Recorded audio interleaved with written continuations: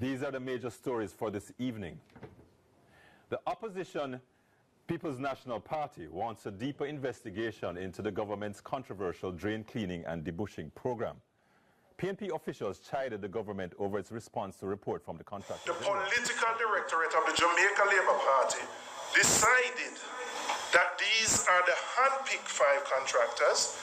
They decided how much money each of them would get. They decided the locations they would do the work in.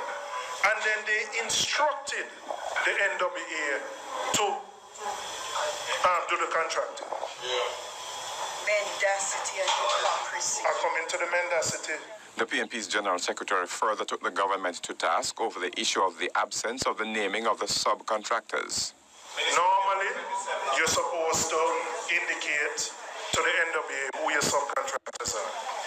They didn't want to do that because they handpicked GLP operatives, activists, not people who are contractors, operatives and activists. He also dismissed the government's take on the ratio of work sites associated with the JLP vis-à-vis those associated with the PNP.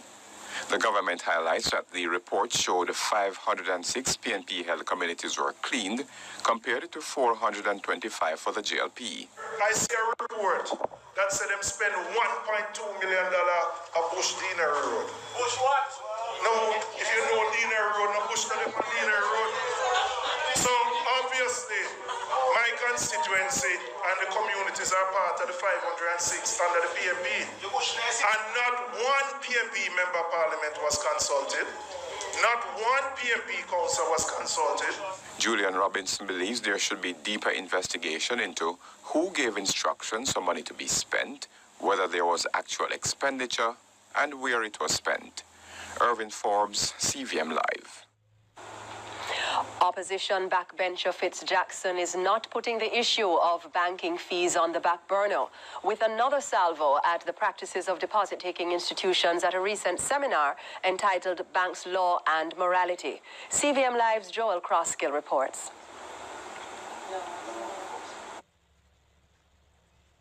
There are persons sit down in a room, in my mind, and scheme up how they are going to know, not take any risk, but take the money that comes to them for safekeeping.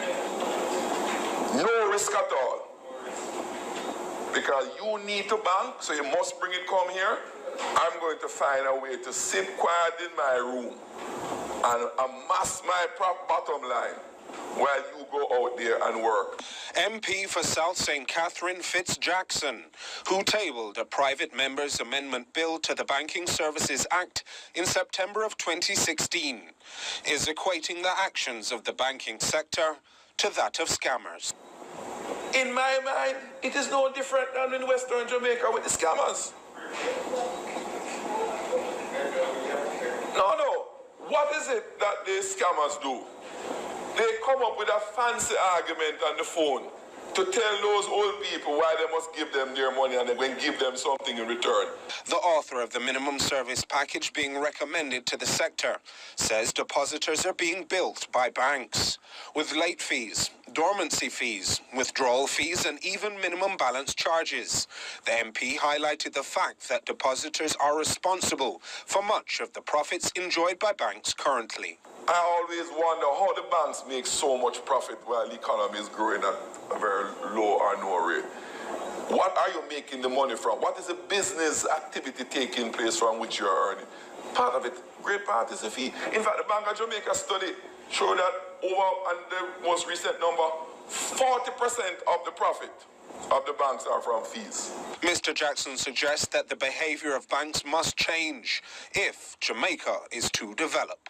We can't build a modern society if trust by the major players are in question. And worse, if the people across the length and breadth of the country are victims of your transactions. Joel Crosskill, CVM Live. Once again, Jamaica secured a Tier 2 ranking in the U.S. Department of State Trafficking in Persons report. As Brian Walker reports, the government says it will redouble its effort in the fight against this crime. Jamaica has maintained its Tier 2 ranking in the U.S. Department of State Trafficking in Persons report for 2017. Chairperson for the National Task Force Against Human Trafficking, NATFATIP, Carol Palmer, noted that Jamaica is pushing for an upgrade next year. There is a need for us as a country to recommit to the protection under the Palermo Protocol, avoid complacency, and to redouble our efforts to achieve Tier 1 classification. That's our aim. For this to happen, we need to vigorously prosecute, convict, and punish traffickers, irrespective of who they are. The Tier 2 ranking means Jamaica does not fully meet the minimum standards for the elimination of trafficking, but it's making significant efforts to do so.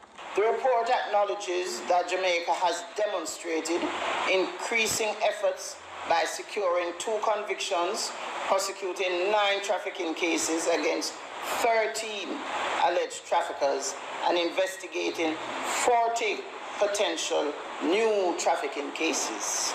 Palmer added that issues raised in the report will be addressed. The task force will this year push for the publication of a standard victims protocol and will engage a national rapporteur to ensure the publication of an annual report. It is, however, important to note that the national rapporteur is an independent commission of parliament and cannot be directed by the task force or the government. I'm Brian Walker for CVM Live.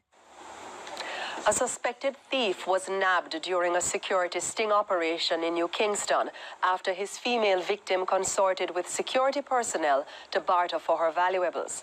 As Nika Lewis reports, not only did the suspect take the bargain bait, but he was handed over to the police the same day. Here is some of what was caught on camera. There have been many complaints of women being preyed upon by robbers on motorcycles in commercial areas. Such was the case with a female in New Kingston recently when she was pounced upon by a lone rider. Time was of the essence in solving the reported robbery, which ended in security personnel capturing and handing over a suspect to the police. Yesterday, we older brother robbed one of our staff member. I come to work yesterday evening. Apparently, when him juke the staff member, apparently she was a female and she just come from the machine and just ride up on him bike and tell her, say, give me the bag. First, he asks her for a direction to somewhere. She said, she don't know where that is. Him now decide, say, all right, you want me have a gun for me. So give me your bag and your phone. So she give him the bag. Then she said, no, man, you can't get the phone. He said, give me the card and the money. So she gave him the card and the money. It is reported that the man gave her back her handbag before escaping. But a team of security guards on hand learned of the ordeal and went into operation mode. Call back the phone, tell him, say, you want me? We're going to give you money if you give her the phone and the card. So him say 5 grand. Then him change from 5 grand to 7 grand, and him change the location them that I'm in a plane car and wait upon him. We don't have no marked vehicle.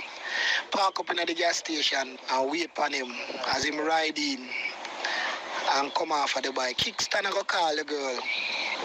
The girl say him that, because she didn't have the car, she say him that. So we just fly out and hold him. Little did they know that he would have other suspected stolen items on his person. These included over 3 dozen bank cards, health cards, and about 8 smartphones with SIM cards inside. Since the incident, the video has been gaining viewership on social media. Another reminder for some that crime doesn't always pay. Nika Lewis, CVM Live. The Firearm Licensing Authority says that it has decided to extend the deadline for compliance from Saturday, July 1 to July 29. The FLA said the move was due to overwhelming response from licensed firearm holders who are delinquent in the renewal of their firearm license certificate. The FLA said during this period, its offices will be opened on Saturdays from 9 a.m. to 4 p.m. to facilitate the late renewal process. The authority is urging all firearm holders to take this opportunity to regularize themselves as the FLA strives to promote firearm safety and accountability while ensuring that holders are held responsible. The FLA advises that as a result of the enforcement drive, licensed firearm holders, some of whom were non-compliant for over 14 years, and owners of firearms which were never registered on the system have come in and are now being registered.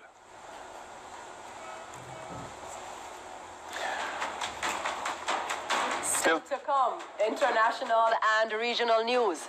More local stories, plus sports and eLive. But coming up next, our discussion segment, effects of fatherless families on crime rates. Is this where it all begins?